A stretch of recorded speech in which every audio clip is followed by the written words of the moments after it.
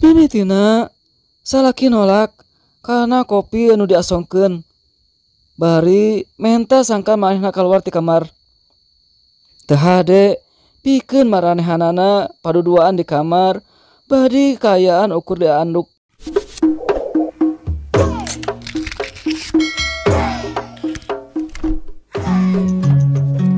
Assalamualaikum warahmatullahi wabarakatuh. Allahumma salli ala Sayyidina Muhammad wa ala ali Sayyidina Muhammad. Wilujeng tepang baraya Kang Has di mana wae ayana. Insyaallah dina ieu waktos Kang Has saja ngadugikeun hiji carios pondok basa Sunda yasana Teh Siti Mariam Moja. Kalayan judul Indung Tere. Yang akan kasepuhan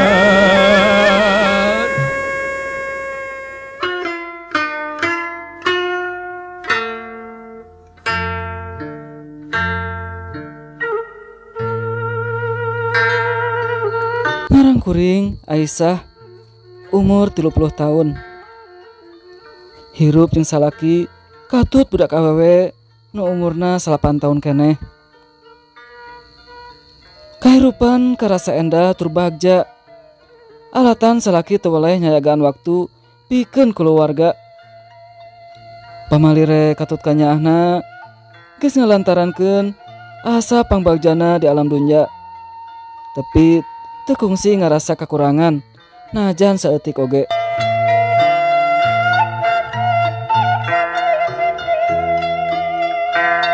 Nalika rasating trim sumarambah dina rumah tangga, datang Indung Tere ti kota tempat manehna nganjrek. Sabab sabrak bapa maot, manehna balik deui ka lemburna. Tapi teuing kabawa angin naon, pet balik deui sarta minta izin pikeun milu cicing saheulaanan. Salila bari neangan pakasaban. Kulantaran Indung Tere teh ngora keneh ngan ukur geseh 4 tahun ti kuring.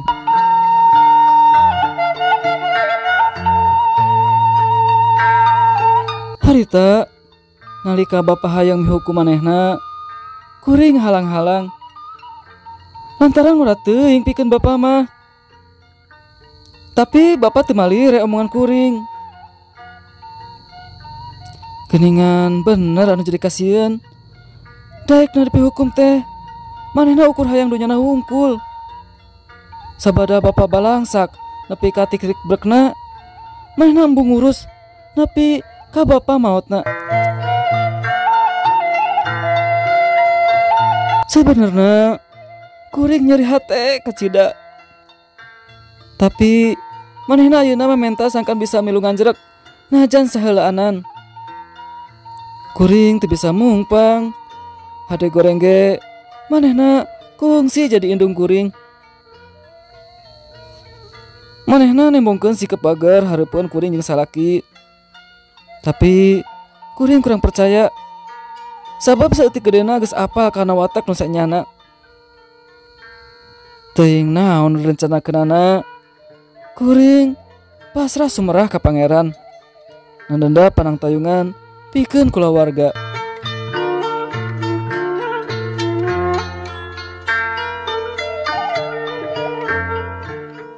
Dina hiji poe kuring jeung budak indit ka toko pikeun balanja pangabutuh sakolana.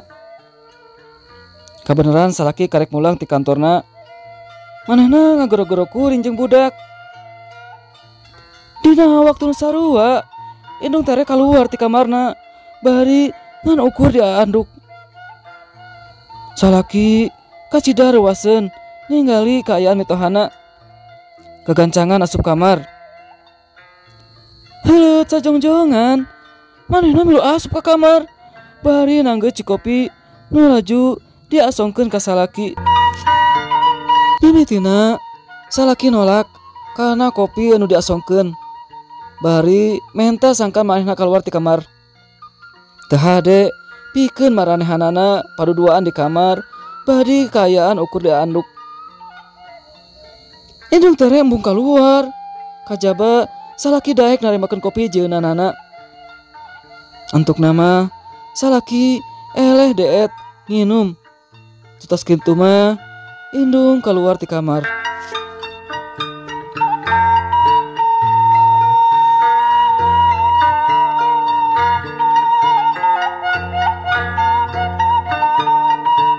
Sajam ti harita salaki hudang, tapi ngerasa ruas ningali awewe di sagegereunana nu bulucun keur ceurik. Nu taya lian indung tere kuring. Manehna teh teu hayang ningali kuring jeung salaki pinagi bagja. Sateka pola ngancam mun salaki teu mere duit rek betus ka kuring sangkan menta pipirakan. Salaki kecida bingungna ku eta pilihan. Antukna pikir salaki, batan kudu mere duit ka awewe licik mending balaka ka kuring naon wae resikona. Lantaran manehna embung sumput salindung.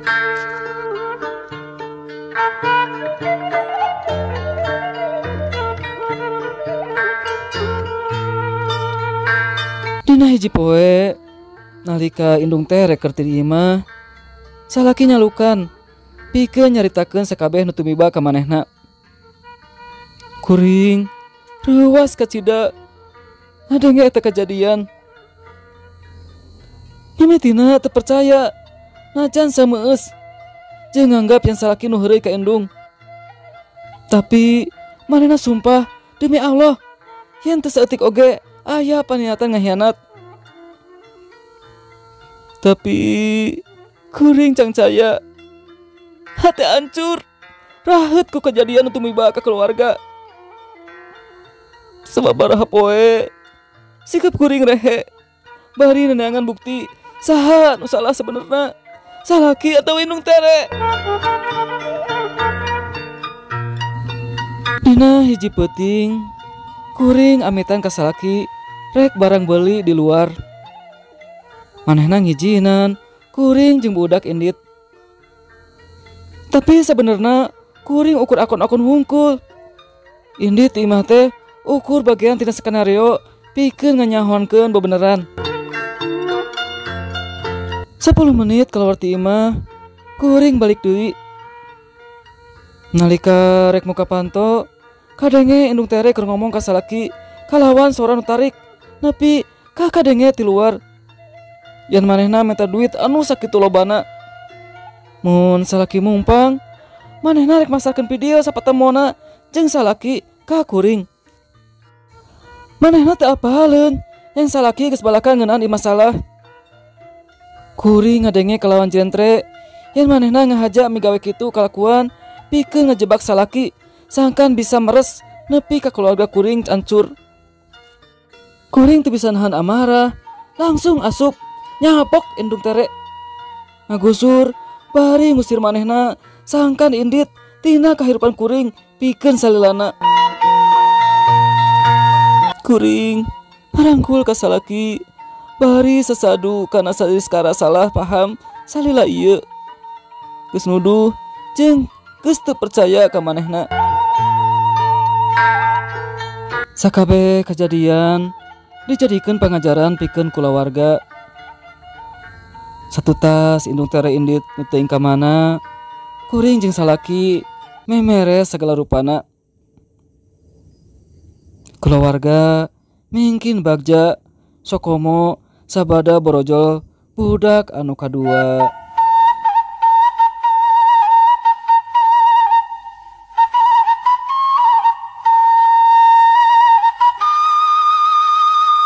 Cag barayang sakitu anu kapihatur carios pondok indung tere yasana Teh Siti Mariam Moja. Mungguhing hirup teu sami geuningan jalmi mah. Aya anu leres, aya oge anu menculak. sakumaha anu dilakukan ku Ibu Terena si tokoh. Namun wasilah cinta anu kapilang tohaga. Alhamdulillah sanes kara usaha pikeun ngancurkeun rumah tangga si tokoh tiasa kabendung kalayan salamet tina sanes kara fitnahna. Hatur nuhun ka Teh Siti anu perantos mercantenkeun carpona ka pribados. Mugia katampi kalayan kabingahan. Dipungkas, wassalamualaikum warahmatullahi wabarakatuh.